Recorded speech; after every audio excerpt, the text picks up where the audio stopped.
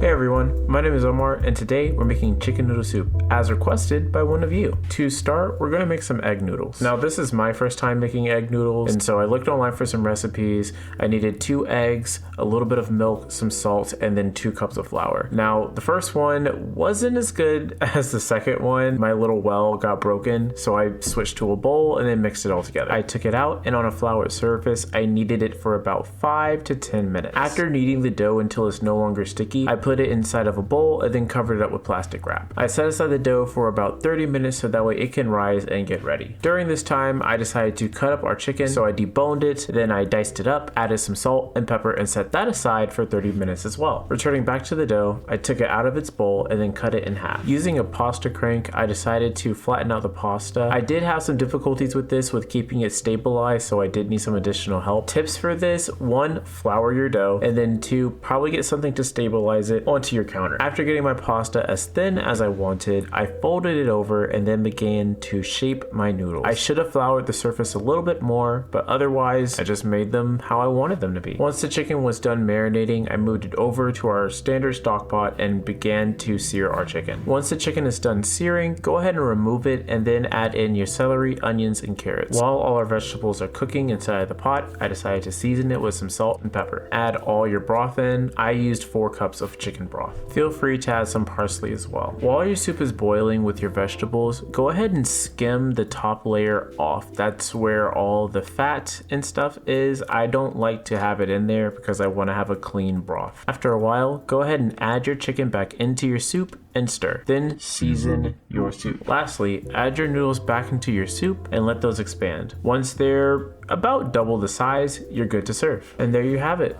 a homemade chicken noodle soup. If you enjoyed this video, go ahead and give us a like and comment down below what would you like us to make next. Until next time, bye. What the dog doing?